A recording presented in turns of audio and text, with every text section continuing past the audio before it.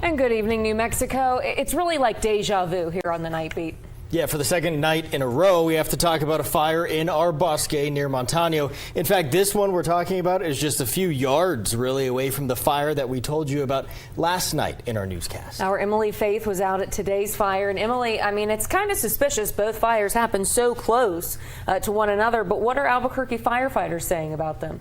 Well, Tessa, Trevor, AFR released a statement just a couple of hours ago saying the two fires are completely unrelated. Now, other than proximity, both are considered to be separate starts based on their investigations. The fire today was north of Montano. Crews contained it to 1/4 of an acre within a couple of hours. Officials say it was mostly just grass and cottonwood trees involved, but they're still trying to determine how it started. Now, yesterday's fire was just south of Montano in the bosque. AFR officials say they haven't determined how it started either. Firefighters say the bosque is always an area of concern for several reasons during fire season.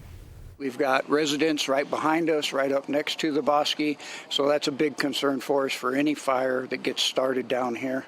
We do have a homeless population that's living down here.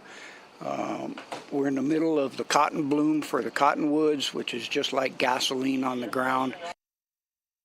Now, AFR officials say it's important for everyone to remember burning in the bosque is prohibited, and also be sure to call 911 to report any fire activity and 311 to report any encampments you might see.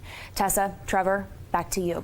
Yeah, Emily, especially with these conditions right now with the weather. Thank you. And as more fires could spark at any moment, people in Albuquerque South Valley are invited to a wildfire preparedness town hall. Bernalillo County Fire Rescue will be giving folks information on creating defensible space, reducing wildfire risk, as well as guidance on potentially evacuating if it becomes necessary.